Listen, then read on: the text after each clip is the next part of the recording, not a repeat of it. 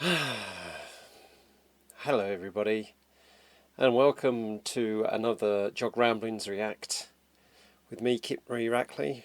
My pronouns are they, she, if you didn't know that already. And this one is, well, yeah, this one we kind of, us climate science communicators knew it was coming, but no less infuriating or problematic. So this reaction video is kind of reacting to basically the fact that a very important resource has been taken down from the NOAA website, but also where you can actually still find it and use it for educating people and youngsters and improve their climate literacy. Let's start with what you can see on the screen then. So what you can see on the screen is one of many pages on the noaaclimate.gov website. And this is, in particular, this one is climate.gov/teaching/climate, which was a resource that I have embedded in quite a few of my resources, and I've recommended to loads of people. But as you can see, it's not available, and this is one of many websites from NOAA and other US federal stroke governmental kind of agencies, which have been taken down by order of the Trump administration. So I came across this latest upheaval, shall we say, just through using Blue Sky. So we got, for example, Dominic Manchi says here, it's a shame that we've got the climate literacy guide and the teaching climate page has been taken off the NOAA website.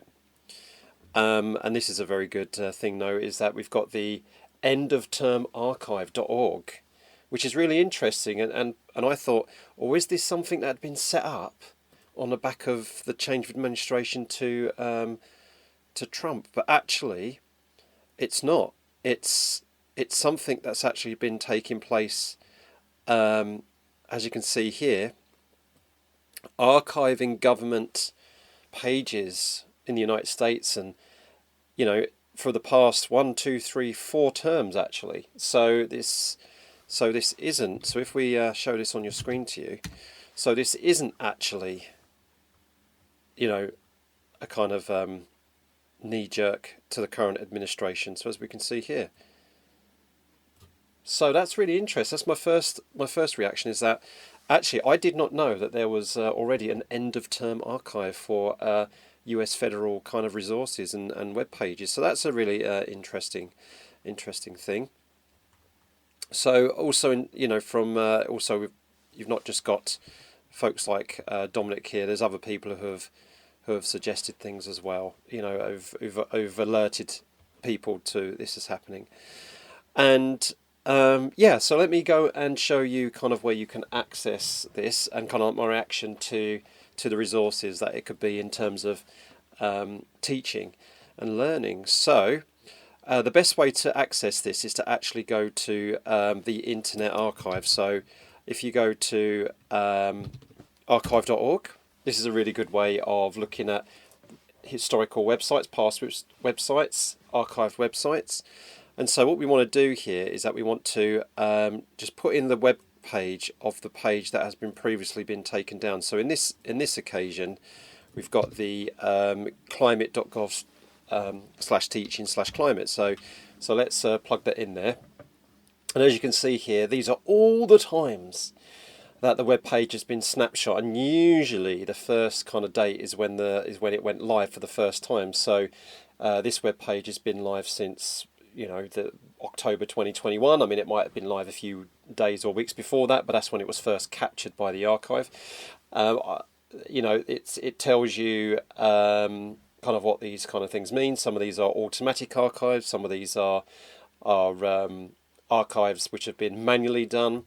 And what's really, really interesting here is that if you actually go to the top here, you can see that there was a big spike in archive, and usually when a website is new, that usually happens, and then these archives happen as time goes on.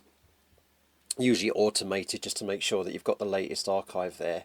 So if I was to kind of click on 2023, you can see here that you've got the blues here, which is I believe is kind of like the automated kind of archives, and big one happened there on the 1st of August. But you can see here there's a massive spike, especially since the election. So you've got a big kind of spike here between around September, which is kind of not surprising, when there was kind of like, you know, bits on the wind about things happening. And then lo and behold, as you can see, when there were so many instances of stuff to do with DEIJ, climate, indigenous policies, all this kind of stuff, that there's now been quite a glut of these archives. So as you can see, so for this one in particular, you can go to one of these. So you could probably click on the 3rd or the 4th, and you can see you've got, so it's got some errors there. So let's go to the 6. Here we go. So we've got 6 here. So let's just pick 3:32 in the morning, and then this will take you to a snapshot of the web page there. So here we go. So this is what has been taken down from the NOAA climate.gov website.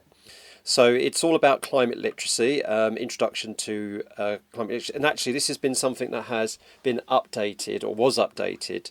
It's gone for a few iterations, and I've actually been using this in some of my works. And what I'm now having to do is I'm now having to, where I can, I'm now having to go through and update my resources and point to the Internet Archive, the Wayback Machine links instead, because if I don't do that, all you're going to get is that error, page not found. And to the most sane person, right? To the most sane person who really is a truth seeker, who believes, who believes that the scientific method, is what we should be aiming for, and that there is no conspiracy and there is no nefarious purposes behind this.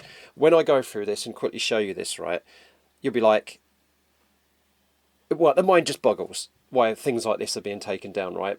So the only reason why things like this get taken down, right, is for ideological purposes, for political purposes, right? And I'm not you're going to use this reaction video just to go off on a soapbox rant. Okay, so let's just stick to the you can tell how upset I am. So let's just stick to the resource itself. It's a fantastic resource, Climate Literacy, Essential Principles for Understanding and Addressing Climate Change. And so you got all of these federal agencies which were involved in this, everything from the Department for the Interior, which kind of one of the departments that manage the national parks, which has been cut left, right, and centre at the moment. NASA have been involved, the Department of Defence. So it was a cross-department initiative. And in fact, if you try now to go to the US Global Change Research Programme and their climate resilience section, that's now been taken down as well. So let's have a look. So about this guy, who's this guide for? And it quite clearly says educators, communicators, decision makers, etc. So the vast majority of people who watch my channel and listen to my podcast, are those folks. So, stimulating dialogue amongst people with different interests and skills, and informing climate-related decision and policy. So actually, this is a kind of thing which is not just for teachers to kind of be more climate literate with their teaching and to make their students more climate literate. It's actually to make, some very fundamental and key parts of society and government, kind of more climate literate, so they're able to protect their citizens and build resilience within their country and their citizens, right? Especially in this case, the United States. So it's worth a read. A climate literate person understands the essential principles of the climate system, recognises credible information about climate change, communicates about climate change in accurate, effective ways, make an informed decision. So a lot of this is all about ensuring that the right information, goes to people so they can make decisions that can safeguard, protect themselves, and become more resilient to the change that are in place. So now you know why I'm thinking, like, it's beggars belief why this has been a target of being scrubbed by the current US administration. So this is definitely worth a read, but there's a certain aspects of this which are quite good. So you've got the essential principles. Now this is something that I've been using in a few resources, and in fact in an upcoming book, Teaching Geography Now, I directly reference this. So this is something that I got to make sure that the link to this is secured, because obviously I'm using a link to the original website, as you should do. But the principles of climate literacy are fantastic. So I'm not going to read through this word for word. I'm just going to give you the headline. So the scientists at NOAA, along with all of those federal agencies that you've seen and experts from those agencies, have worked together and they've come up with these principles. So principle number 1, scientists understand the climate system through interdisciplinary observation and modelling. So in other words, interdisciplinary, working together through different expertise and different departments and pretty much coming to the same conclusion through various frames of observation and various types of modelling, and it's all coming down to the fact that, and if you expand this, that these are the conclusions. That climate's not the same as weather, we kind of knew that, that the Earth systems is governed by laws of science, so we actually can understand it based on our understanding of science, etc., etc., etc., and things like, we know that we understand the processes, and we can tell using this to make climate models which are very effective and very accurate, etc., etc. Okay, so number 2, greenhouse gases shape the Earth's climate. So, a simple form of physics and chemistry taking place there. So it's just taking you through, well, that's one of the principles, and it goes through the enhanced greenhouse effect. Number 3, burning fossil fuels and other activities are causing the planet to warm. Okay, so again, it goes through things like that, including social systems. Now, I think this is the kind of language and stuff that is getting the current administration's back up, which is why you're getting an increased number of news that particular language is becoming almost banned or discouraged when it comes to government work or applying for grants and stuff like that. So you don't want to be using culturally responsive. You don't want to be using language like bias, indigenous, LGBT, all that kind of stuff. All that stuff is like, you use that language, no, you're not allowed. It's effectively, it's censorship. So, and I'm wondering whether that was a key thing which caused this whole thing to be buried. Rapid warming and other large-scale climate change threaten human ecological systems. So it's basically, the impacts of climate change and sea level rise and how it's impacting the biosphere, etc., the oceans. Humans can adapt. Principle number 5, can adapt, build natural environments to better withstand the impacts of climate change. And this is where I like the principles, because it becomes a little bit more of a hopeful tone, and that we can adapt, we can build, and there is stuff in here, adaptation, mitigation, and there is stuff about vulnerability. There is stuff about, there's no one size fits all. We need to make sure we work across different groups of people. There is a recognition of something called maladaptation, that sometimes, things which seem to be doing good actually are doing worse. So like, just install loads of air conditioning, no, that's maladaptation. Or just building dams to safeguard, no, that's maladaptation, because you're destabilizing the land, you're causing flooding, you're displacing people, etc. A fair and democratic community approach to blah blah blah. Okay, and then finally, reducing greenhouse gas emissions from human activities by net zero can help limit global warming. So you can see on the surface, this does seem like it's a very political kind of agenda, isn't it?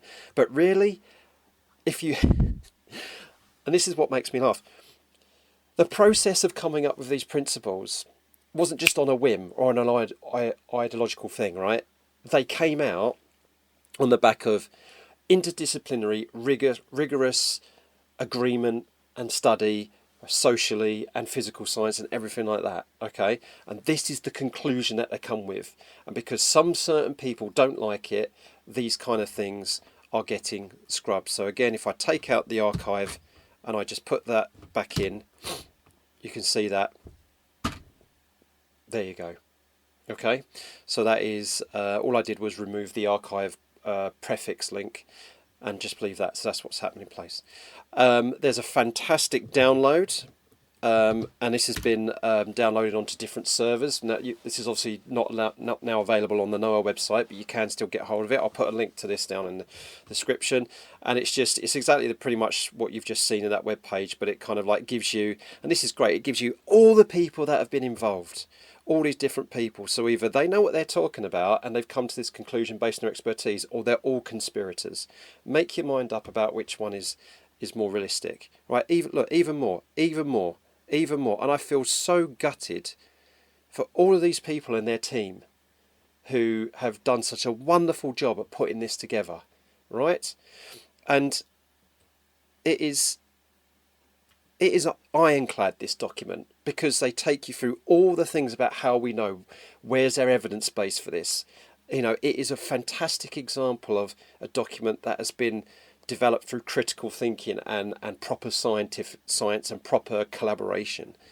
Um, and I just want to finish off. I mean, I just scanned through those names, and the artwork and the things that use is fantastic. So I strongly recommend that you bag a copy of this onto your own hard drive and use it to guide your own knowledge, understanding, and teaching and learning about climate change. It is a fantastic resource. So yeah, there are probably some names in here which I know from when I did my very short stint at NOAA back in 2017. And I just want to end by saying I really, really am feeling for my friends, especially at NOAA Boulder in Colorado, who, well, I have friends which I know are on the verge of losing their job if they've not lost their job already, simply because they're doing their job. And my heart goes out to every one of them, not just them, but I've met, these folks at NOAA Boulder. I've worked with them, I've met with them. They are folks of huge passion, huge spirit, huge integrity. And for some of these folks, I got to know them as friends, and I got to know some of their family as well. And I'm just thinking, this is, yeah, we're well, I'm lost for words. You can tell I'm lost for words. Right, so sorry for this one to be a bit of a not so nice one, but I'm hoping that at least this 15 or so minutes I've made you aware of this fantastic resource. I've given you a bit of an insight into what it means, what it can do for you, why it's a fantastic thing, but also how you can access censored material, which we know is happening in parts of the world, and it's happening in the United States right now. And there is a very big risk of this kind of thing happening in places where we think it's unbelievable this might happen, and I'm talking about here in the United Kingdom as well. So hopefully this is going to give us a little bit of resilience and some tools to keep the fight going forward. Okay, folks, so that's it for this one. Please do check out everything I've just talked. The links down in the description. And if you've got a suggestion for another Geogramblings Reacts, please do send me a message. Put a message in the chat, in the a comment, or please, of course, make sure that you tag me on Blue Sky or LinkedIn, and you can use the hashtag Geogramblings Reacts as well. Okay, folks. Hopefully, I'll be back next one with a little bit more of a cheerful, happy one. So we'll see. Thanks, everybody. Bye-bye.